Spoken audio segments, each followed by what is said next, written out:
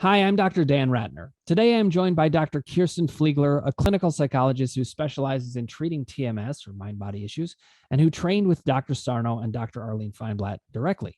I'm looking forward to discussing her experience in the field and comparing notes on the way we work. If you haven't already, click subscribe, ring the bell for notifications, hit like if you like what you're hearing, and put your comments below, and we'll get back to you personally. And finally, you can reserve your place in one of my seminars or purchase any of my mind body guides, also known as the PDFs, at www.crushingdoubt.org. Without further ado, here's my conversation with Kirsten Fliegler. Kirsten, it is such a pleasure having you here. I feel like I'm on cloud nine getting to interview all these people who trained with Dr. Sarno and Arlene Feinblatt, and now it's your turn. So very excited to have you here today. Thank you so much for having me. I appreciate it. It really is a great pleasure. So I wanna start off where I often start off with people in these kinds of interviews. I want to hear about your own mind-body experience. Some people do get into this field, and it's often surprising to me, and they didn't have mind-body symptoms, but I definitely did. Did you?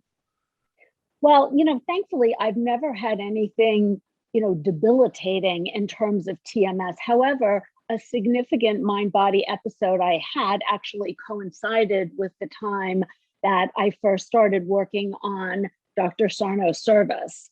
So just a little history. I began working as a outpatient neuropsychological. I began working on the outpatient neuropsychology service for my internship in 1995. And while I was working at the hospital, I had the chance to work with interns who were working on Dr. Sarno's service and training with Arlene Feinblatt.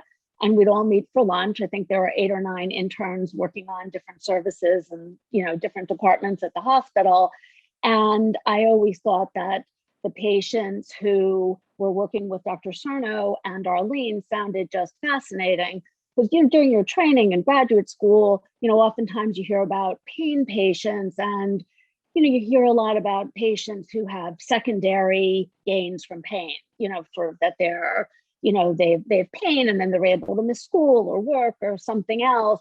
But these Sarno patients were unlike any that you really had ever heard of in your training. Just their personality style, for the most part, I really think that, very high functioning, perfectionistic, conflict avoidant, goodist, like really just fantastic patients, but a certain style. And I became, it was very fascinating to hear about the work being done with them. So I had wanted, even though I was on a different service, I had spoken with Arlene and asked if I could sit in on some of the groups that she did for Dr. Sarno, and, just as an observer. And so I began observing the groups, just in my free time. And, over time, I had wanted to work on her service. So after I was hired at NYU, actually, when I came back I was hired there, then I went out on maternity leave a few years later. And then when I came back from maternity leave, I was able to get a position working for Arlene and working with Dr. Sarno. So I had actually just come back from maternity leave. I had started on Dr. Sarno's service, and so my daughter, who was my first child, was like 3 months old, and I had just come back to work, and I had eczema all over my hands. And during one of my first meetings with Dr. Sarno, I had been to the dermatologist that morning because I had such bad eczema, and then it had become infected. And so my hands looked like they were just an absolute mess, and I had ointment all over them. I had, some bandages on them. So we were all, myself and Arlene and, a couple of other people who were working on the service, we met with Dr. Sarno regularly to discuss, all of our patients. And I said something like, oh, sorry about all these, bandages, but, I have really bad eczema. And Dr. Sarno said something like, aha, TMS. And I was like, oh, because I'd read his books, and I, was preparing to, shift over to work for him. And I said, oh, yes, I know that can be a TMS equivalent. I said, but in this case, I said, the dermatologist just told me, because I'm washing my hands all the time, just changing diapers and the new baby and bathing the baby. And so it was almost like my case was, different, even though I knew theoretically this could be a TMS equivalent. Yep. And he said something along the lines of, he said, he was like, something, he said something along the lines of, well, he said, spend some time thinking about it. And he said, you have a new baby, things are, better at home, but also more difficult at home. You're starting a new type of job here at the hospital, which was on his service. He said, more contact with parents and in-laws, less time for yourself, sort of just hit on all these issues that one deals with in having, a new child. And then, his words sort of just, resounded with me. And I did go home and think about it.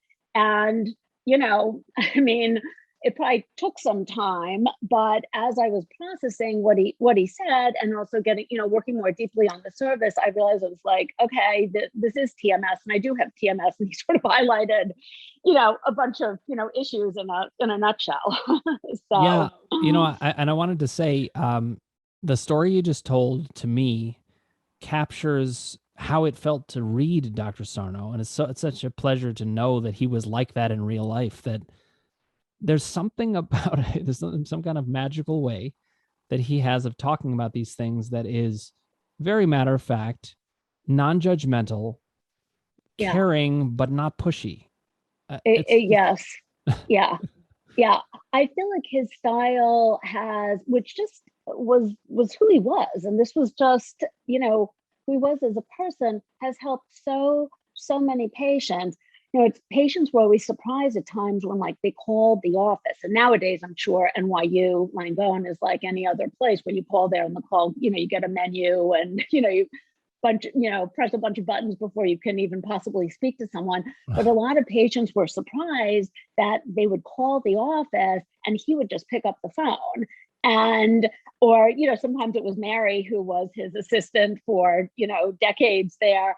And, sometimes my patients, if they weren't getting better and they'd call because, they had uncertainty about the diagnosis. And I know you, Dan, do a lot of work with this, with, obviously with, patients doubting and uncertainty. And sometimes he would pick up the phone and I'd hear these calls when I was meeting with him, and they would start launching into, but I have like this and this and this. And he would say, it's TMS. And then clink, shortly thereafter, get off the phone. And I think that helps so many patients. I always used to say to patients, give Dr. Sarno a call. It's worth, 20 therapy sessions, just sometimes hearing, the way he spoke to people.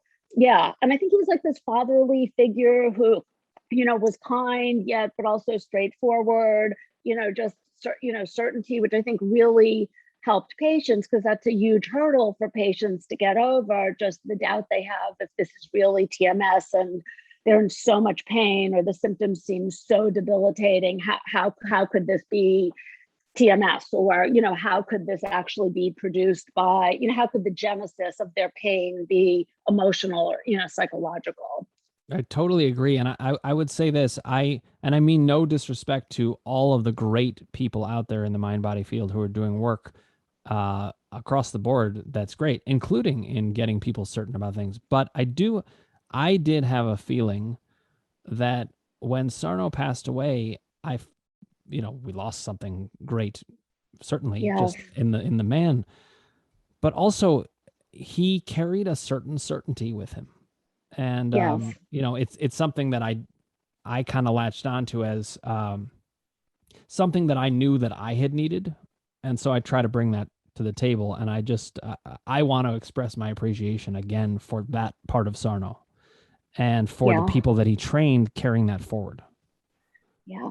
He worked, I was lucky enough to train with Arlene Feinblatt, who I know, started basically was the first psychologist to work with Dr. Sarno to help him implement his ideas with patients. And I feel so lucky to, obviously to have worked with Dr. Sarno, but to have trained with Arlene, and she trained so many psychologists who are now practicing. I really think, almost everyone who worked at NYU and, really trained all of us in, his ideas, but also her, how she, how the two of them work together, to actually implement the ideas with patients. And did groups with Sarno patients, many groups, and obviously saw patients individually. So, well, when I interviewed Arlene, and I had her on twice, which was a great pleasure both times, I really was blown away. I mean, she's so modest about what it is that she yes, did, but yeah, she is a bit of an unsung hero through no fault of Sarno's. I think he gave her proper credit, but people just, they know the Sarno name.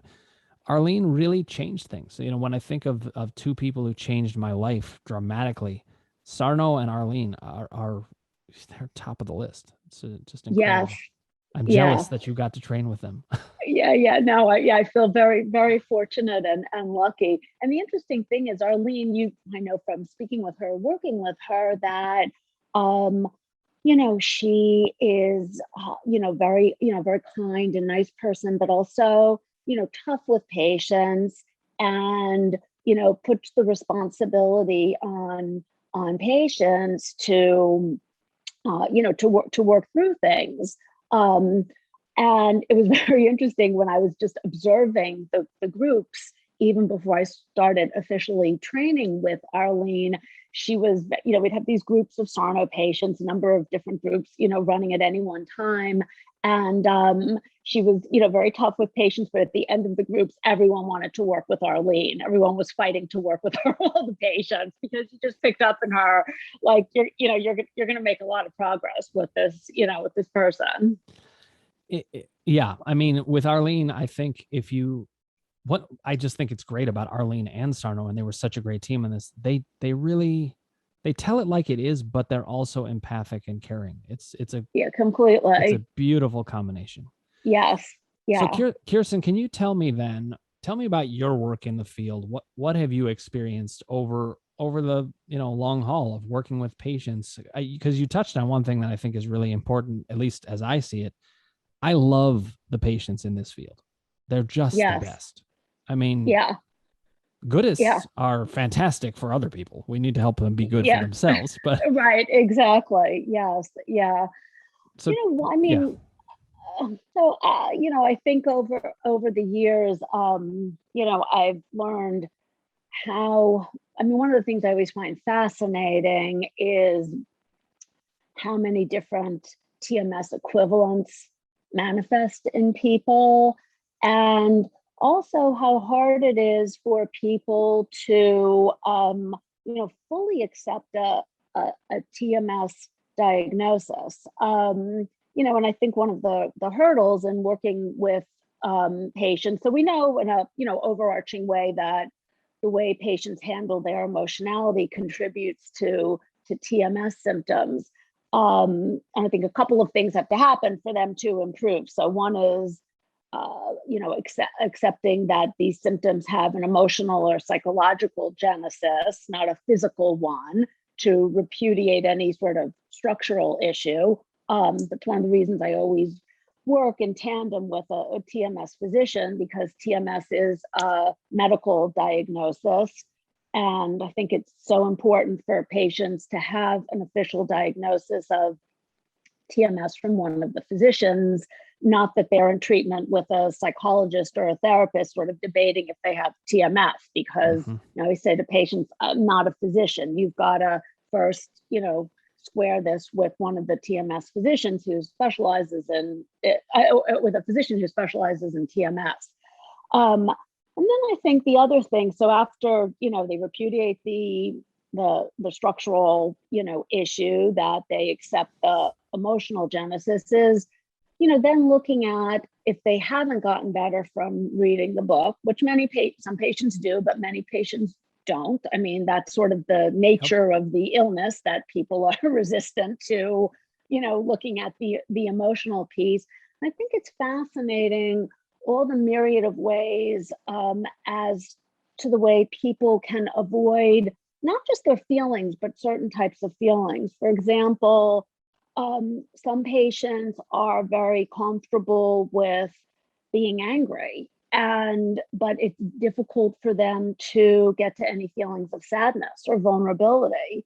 We have other patients who are able to very easily cry, but it's very difficult for them to acknowledge being angry, or or they can acknowledge being angry at, like, let's say a cab driver or a person on the street, but they can't be angry at someone that they have a close emotional relationship with.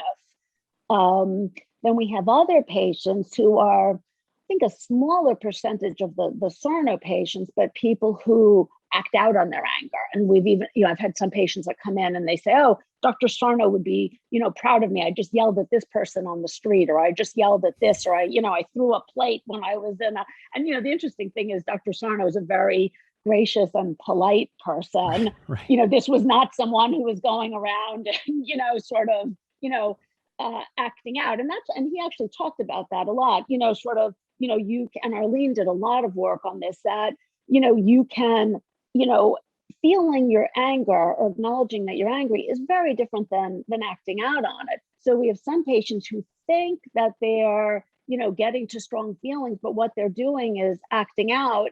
And for a TMS patient, if you're acting out, you're yelling, you're throwing, you're something, that just reinforces that anger is dangerous, that this is scary, and sort of further reinforces, like, I better, when I'm angry, bad things happen, or people get, then people get upset with me, or I do things that I'm sorry for later on. And I think one of the most, in instructive things, in terms of what Arlene taught me, but also that I, use in my work throughout the years, is, that you can be furious, but, and Dr. Sarno gave patients permission to be furious at people close to you, but you don't have to act on this in any way. You have a choice of options as to how you want to handle, your, this affect. And I recall from working in the groups with Arlene that, people would say, oh, so now that I know that I'm angry, are you saying that I should, I should just yell at my mother? And Arlene would say, in her sort of, quiet voice, like, is it going to make you feel better to yell at your 88-year-old mother? Sort of, and it was just, and people would sort of be, flummoxed and almost like, what do I do? What do I do with this emotion? And I remember Arlene saying, well, if you were happy, would you feel like you had to do something? Did you feel like you had to jump up and down or run and hug someone just because you had this emotion? And, it sort of stumped patients. And it was always, I thought, a very interesting question that she posed to people. And I think, I was also myself in these groups, I was waiting with bated breath, like the patients, like, yeah, what does the patient do now? Now that they've discovered they are feeling X emotion. And so, I think, she taught people, and, in my work with patients, like, okay, you can feel a very strong affective state, but you have a choice as to what you do with that. That's beautifully said. As you were talking, I was thinking, feeling is a verb.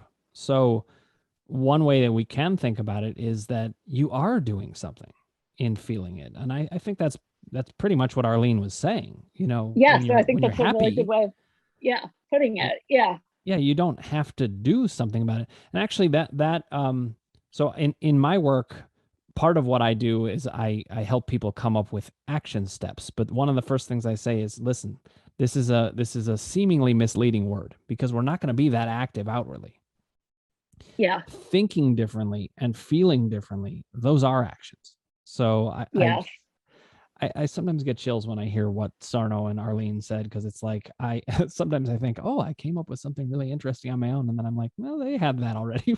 but I am translating it into a way that I think really helps people understand it. And I think what you and I just said here is really important to highlight for my viewers, that having a feeling is an action. You are exactly. doing something. And I've worked with, many of your patients, Dan, and I've seen, the work that you do. And I think it gives people a wonderful template to see that they have choices. And one choice is that, you can feel something, and right, as you're saying, feeling it is an action. And just sitting, Arlene Feinblatt and Dr. Sarno talked a lot about, just sitting with your feelings, which, even though it's a simple concept, until I think they put this forth to patients. I know it's something that I really had never thought of before, because you think, especially if you're feeling a negative affective state, the idea is that you have to do something with it, as Right. opposed to just sitting with it. Right. And, here's another observation I have about it. If we feel like we have to do something with it, then suddenly there's pressure coming in on us again. And that, in a way, Yeah. that was the problem in the first place. We weren't having a good relationship set up with ourselves. Now we're like, what do we do? And it sets about panic. And so I wanted to shift gears into asking you about I'm just curious what your view is on the key change agent for people. Because for me, there's multiple change agents that are possible. And one of them for me is resolving doubt. And I got this straight from Sarno. I've expanded it into my way of thinking about it. But when Sarno said, if you can't accept the diagnosis, he didn't say it this way, but it's kind of like, if you can't accept the diagnosis, you can't get the benefit of the work, essentially. And I found that carried so far for me personally, that if I had any doubt about it, not just with the original diagnosis, but at any given moment, it would lead to symptoms and make it harder to get out. I'm just curious what your take has been on that, if you have had similar observations in your work. Yeah, I think doubt and fear is one of the biggest obstacles to patients improving. Dr. Sarno always said that fear was the extension of TMS. So oftentimes, once people start improving and they're seeing changes, TMS symptoms are reducing, but oftentimes you'll still see patients having significant fear. They'll say, I'm better, but I have a wedding to go to in a month, and I'm worried that my back's going to go out at the wedding, or I've got my child's graduation, and so this the fear creeps in. And once they start becoming fearful, this is, of course, is another way of it's more symptom focused thinking. So then the symptoms usually, start becoming, more prominent again. And so I think that's huge for patients. And I also think helping patients, just become, really feeling more comfortable. I think another key area especially for Sarno patients want to be pure in thought and deed, so, it's one of the things I really work on with patients is your thoughts and feelings are one thing, your actions are something else. You can only be accountable for your actions, because Sarno patients tend to feel so guilty, even if their inner thoughts and feelings. And so I really help people, differentiate between, okay, these are thoughts and feelings. This is just your own inner life. These are your, these are your own. Your actions are something else. You can only be guilty or not guilty for actions. And for a lot of Sarno patients, this is all melded together. Everything, they've got they feel so, guilty, so awful, so shameful about even what they're just, feeling inside. And I think that's often a big hurdle for patients. I agree. I think that's so huge. And I like the way you said it in a way that does remind me of some things that I like to do that help people to separate out different parts. One of the things that I find is so hard for people is it's all this jumbled mess. And how are you supposed to sort out what? And I loved this about Sarno. I loved it about Arlene. I'm hearing it in what you're saying too. One of the things that I think the TMS community has done, I would say, better than psychology in general, is that we have brought some pockets of certainty and said, listen, I can say this definitively. For example, I can say it definitively that your thoughts and feelings are not the same as your actions. You do not have to be a goodist in your thoughts and feelings.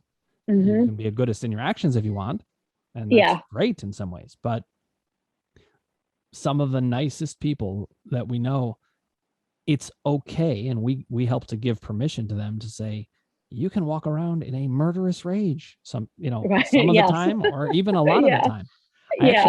I I think I remember hearing this, that Sarno, towards the end of his life, he was observing how much of the time his inner life had anger in it. And I think that's true for everybody. Yes, absolutely. Yes. Yeah. I think Yeah.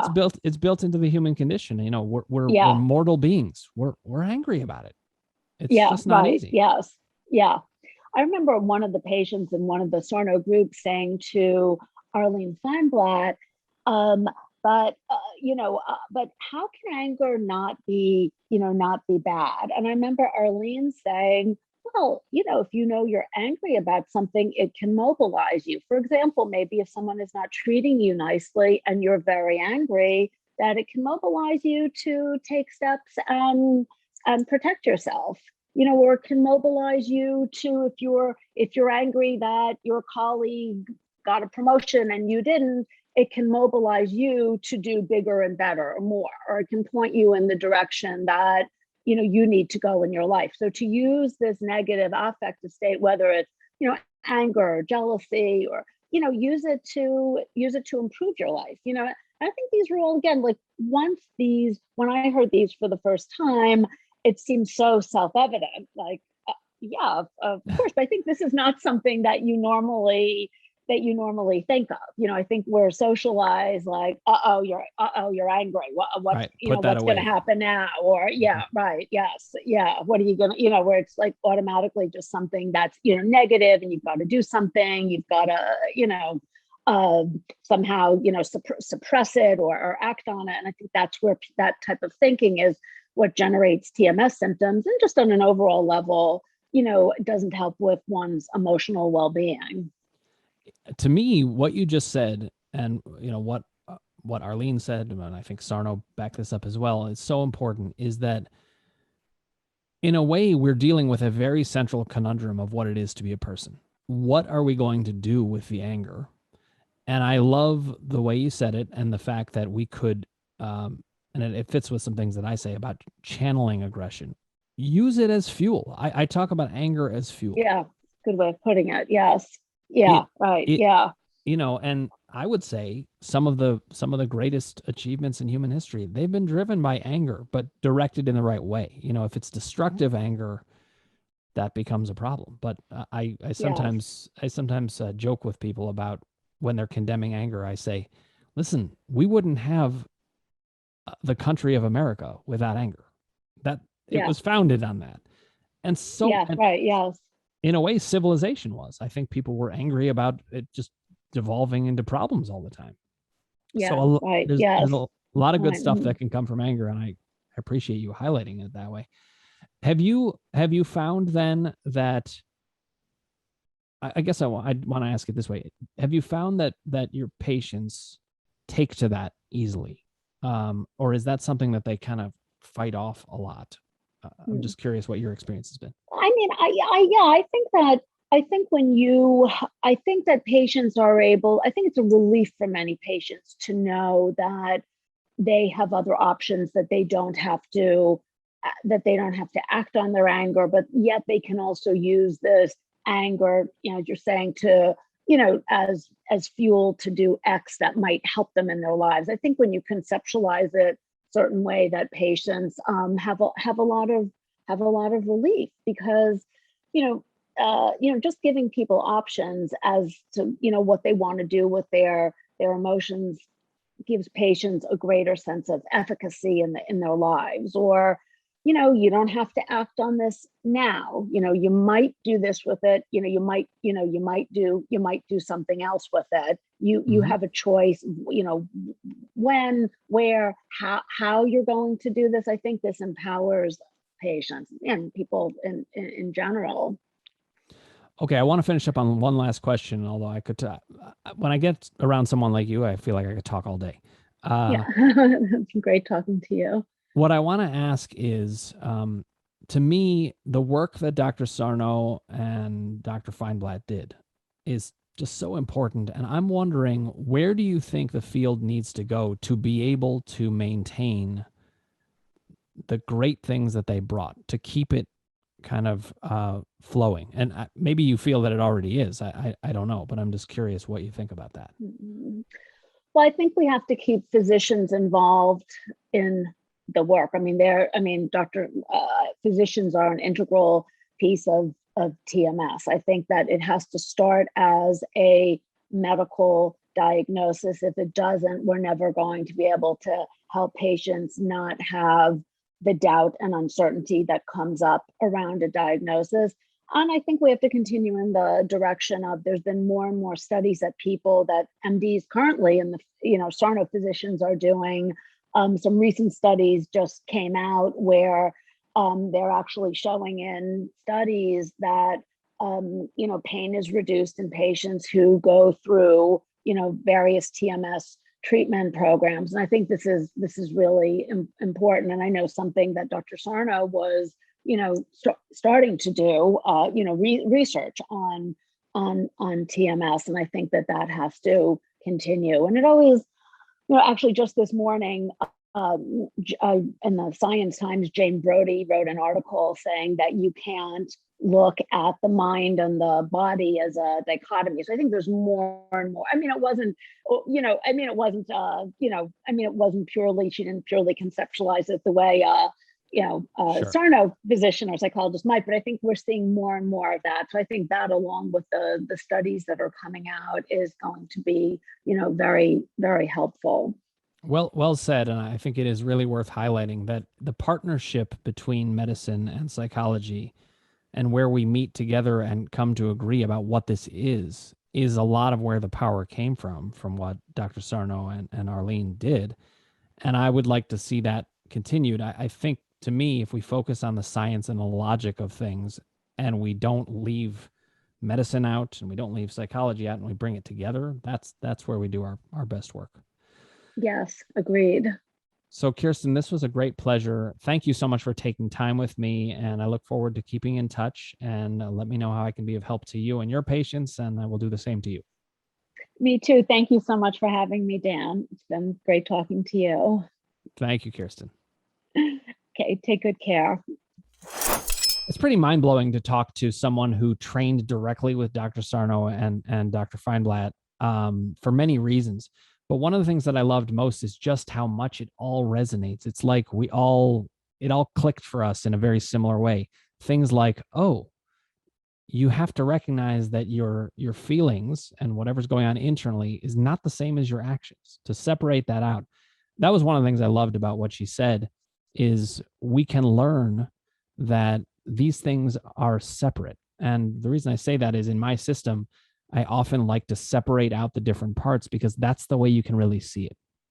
When it's all blurred together, it's very difficult.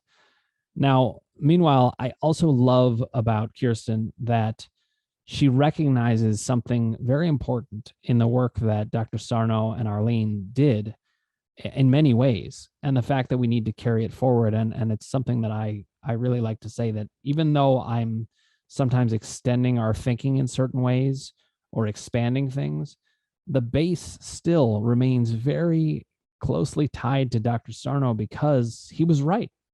And what Arlene said, they were right. I can't believe how well they got it down. But I love that we are now moving towards being able to help people with the fears that extend it. That was something that Kirsten said that jumped out at me, is that Dr. Sarno himself recognized fear extends TMS. And now we're doing that work on crushing doubt to be able to stop the symptoms at that point as well. So it was a pleasure talking to Kirsten about this all. If you haven't already, click subscribe, ring the bell for notifications, hit like if you like what you're hearing, or put your comments below, and we'll get back to you personally.